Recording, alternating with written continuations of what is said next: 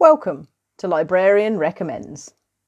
Hi, my name is Trish and I'm one of the librarians at Barbican Library, and in this video I'm going to bring you some suggestions of eBooks to read.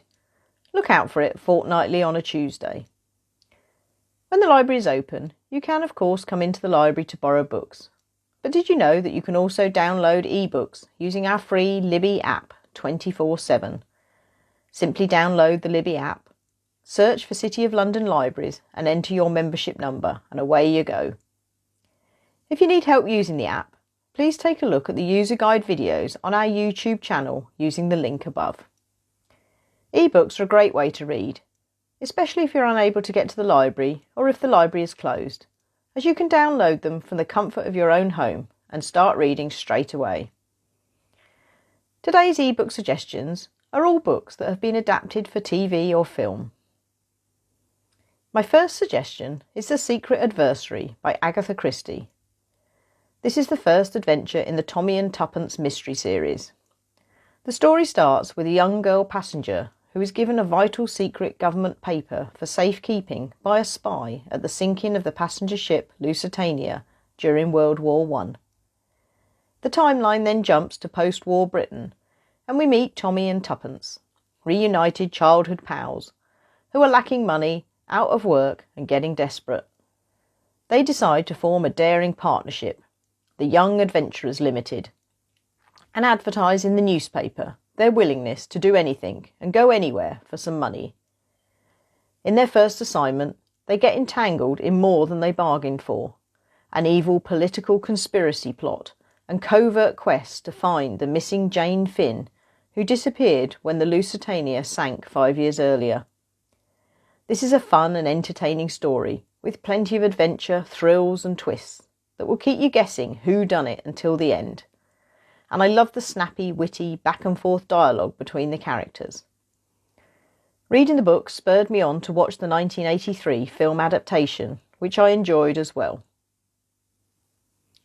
How about All Creatures Great and Small by James Herriot? This light-hearted, heartwarming memoir follows James Herriot, a newly qualified Scottish vet who begins practising in the Yorkshire Dales in the 1930s. Young Herriot discovers the great variety and challenging reality of veterinary practice as he visits different farms and treats animal patients that come his way, small and large, and all kinds of cases at all hours of the day and night. Each chapter contains amusing and sometimes touching recollections of Herriot's most memorable encounters. We meet his boss, Siegfried Farnan, and Siegfried's younger brother, Tristan, two eccentric characters who bring hilarious comic relief and often silly antics, along with many fascinating old Yorkshire personalities, and not to mention wonderful animals. Herriot is a great storyteller. His love for all creatures, for what he does, his joy for life, and his fascination with the people, animals and nature surrounding him shine through. The original TV series that started in 1978 is great, but there's also a wonderful new remake of the original series which aired in 2020. Next up is David Copperfield by Charles Dickens. I saw the wonderful movie adaptation in 2020, which inspired me to pick up this book. This story transports you to the 19th century and follows the life journey of David Copperfield from his youngest days as a baby, through his unhappy and impoverished childhood, to adulthood, as he discovers his vocation as a novelist. David narrates observantly the trials and adventures that life throws in his way, fragments of which follow events in Charles Dickens' own life. David's father dies 6 months before he is born, and he is raised by his mother and housekeeper until his mother remarries. David's cruel stepfather sends David away to a boarding school.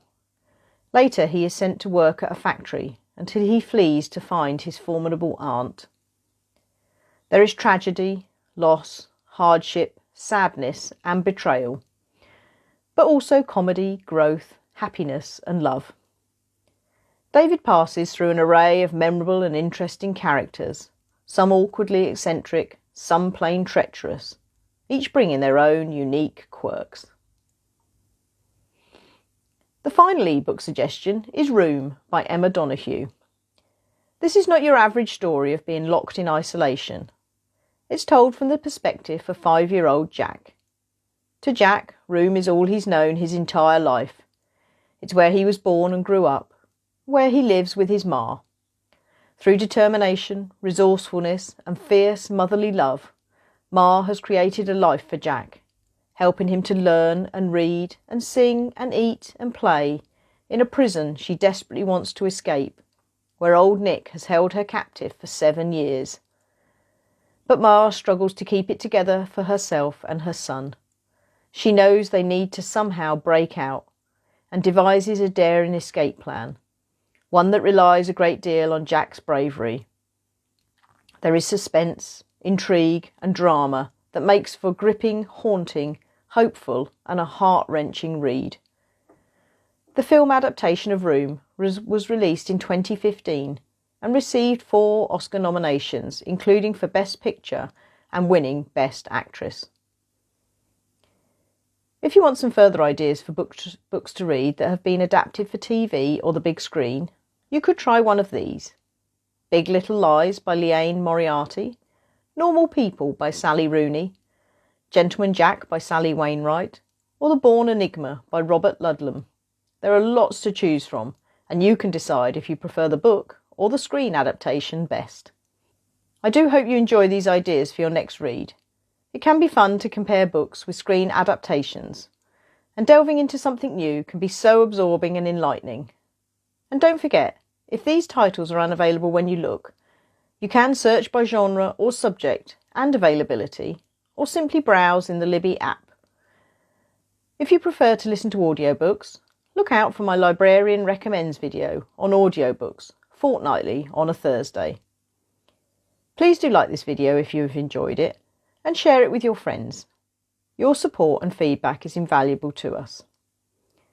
Before I go, I would like to thank my colleague Wing for her invaluable help putting these recommendations together. Happy reading, and see you soon.